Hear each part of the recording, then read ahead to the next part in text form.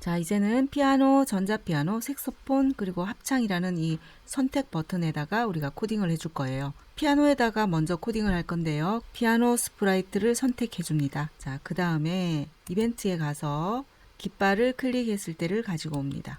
자, 제어에 가서 무한 반복을 가지고 오시고요. 위치를 먼저 고정시켜 줘야 되겠죠. 그래서 X, Y 좌표로 이동하기를 가지고 옵니다. 자, 그 다음에 우리가 이 피아노 버튼의 모양에 보면 두 가지의 모양이 있었죠. 평소에는 피아노 1의 모양으로 있다가 이벤트가 일어났을 때 이 모양으로 바꿔줘야 되겠죠. 그래야지 버튼을 눌러주는 느낌이 들 거 아니에요. 그죠?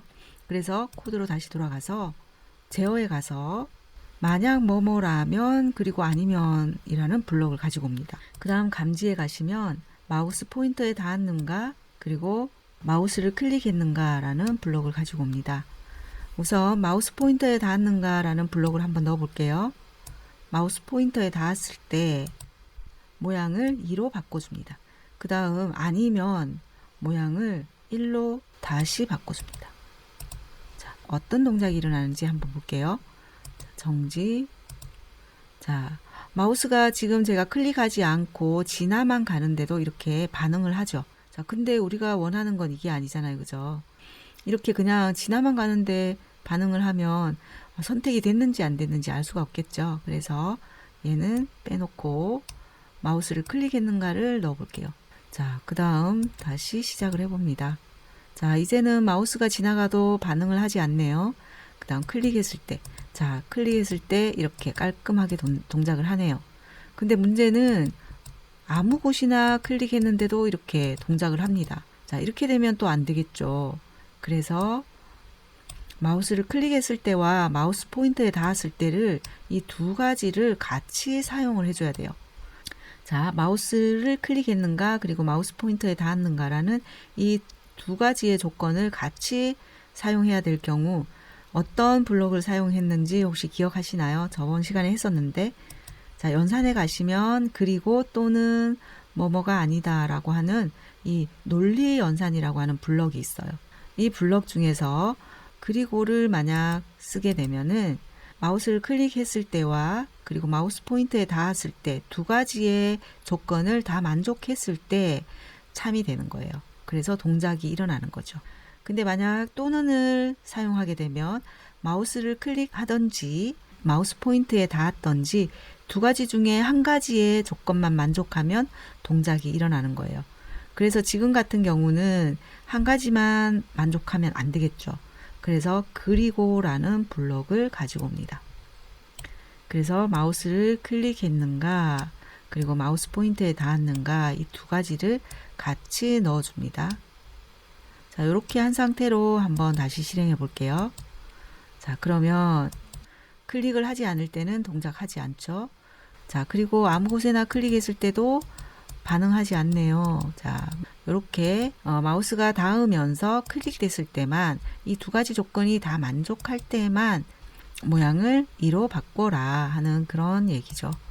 그 다음에 자, 이 스프라이트를 클릭했을 때 악기를 피아노로 바꿔줘야 되겠죠. 그래서 이벤트에 가서 이 스프라이트를 클릭했을 때라는 블럭을 가지고 오고요. 그 다음 우리 변수에 가서 악기 번호를 뭐뭐로 정하기를 가지고 옵니다. 자, 피아노가 1번이었기 때문에 1로 바꿔주면 되겠죠. 자, 여기에서 1로 바꿔주면 이 값이 악기 번호라는 변수에 들어간다고 했죠. 그러면 이 변수 값은 이 금반을 선택해 보면 악기를 악기 번호로 정하기로 했죠. 그러면 여기에 이 악기 번호라는 값이 1이 되는 거예요. 자, 그렇게 이해를 하시면 되고요. 그 다음 자, 이렇게 악기 번호를 1로 정하고 난 후에 이벤트에 가서 신호를 하나 보낼 거예요. 자, 음표라는 스프라이트에게 신호를 보낼 거예요. 피아노가 온 됐어. 피아노가 온 됐어 라고 신호를 보낼 거예요. 그러면 이 음표는 피아노가 온 됐어? 그럼 나 피아노 쪽에 가 있을게 하고 피아노 쪽에 가겠죠. 자, 이렇게 코딩을 해주시면 되고요. 그 다음 자, 전자피아노에다가 이제 우리가 코딩을 해주면 되는데요. 피아노에서 코딩한 거를 그대로 복사를 하면 되겠죠. 이렇게. 자, 가지고 와서 전자피아노가 딸랑딸랑 움직일 때 이렇게 놔주시면 돼요. 자, 이것도 마찬가지. 이렇게 가지고 가서 딸랑딸랑 움직일 때, 여기가 움직일 때 넣으면 안 되겠죠. 여기 움직일 때 딱 넣어주면 되죠.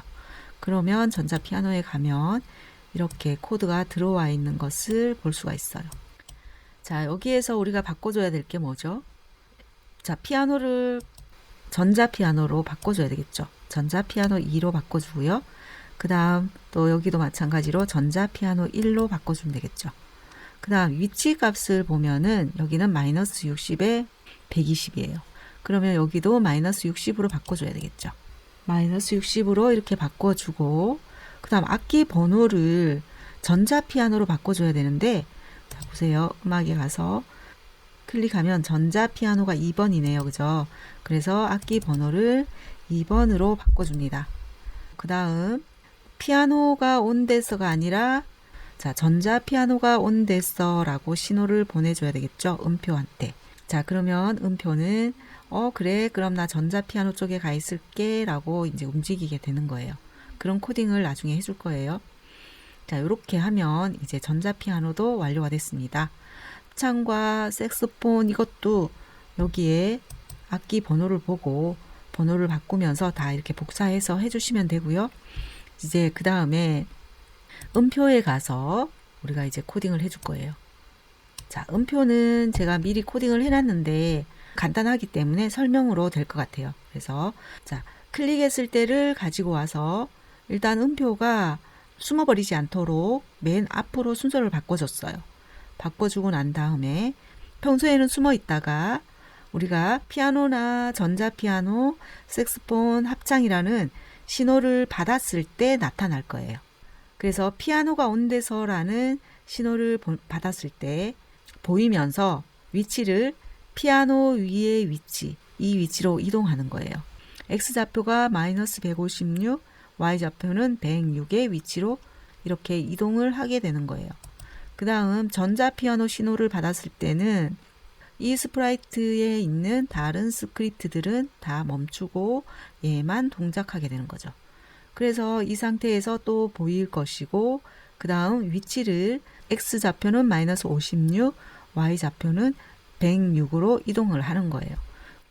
그 다음 색소폰 신호를 받았을 때 이때도 마찬가지죠. 다른 스크립트들은 일단 멈추고 이 스크립트만 실행을 하는 거예요. 그래서 여기에 보면 X좌표는 41, Y좌표는 47로 이동을 시키는 거죠. 이렇게 하면 색소폰의 아래쪽 위치로 이동하게 되는 거예요. 합창도 마찬가지로 그렇게 생각해 주시면 되고, 자, 그 다음 우리가 건반에다가 연주 신호 보내기를 다 넣었죠. 여기 보면 모든 건반에 연주 신호 보내기가 있어요. 이 신호 또한 음표가 받을 거예요. 자, 그래서 연주 신호를 받았을 때는 어떻게 할 거냐? 다음 모양으로 바꾸기를 합니다.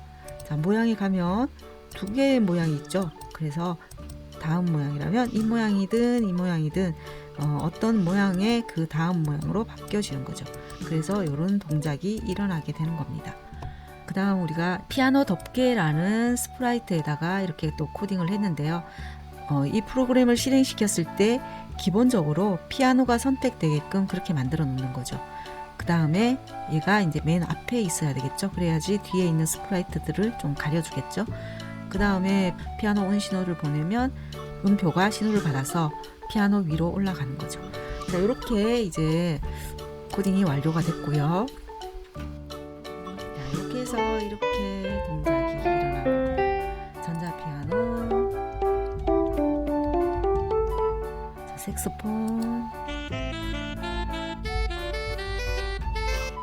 합창. 자, 이렇게 코딩이 마무리가 됐습니다. 자, 오늘도 정말 수고하셨고요. 다음 시간에 또 뵙겠습니다. 감사합니다.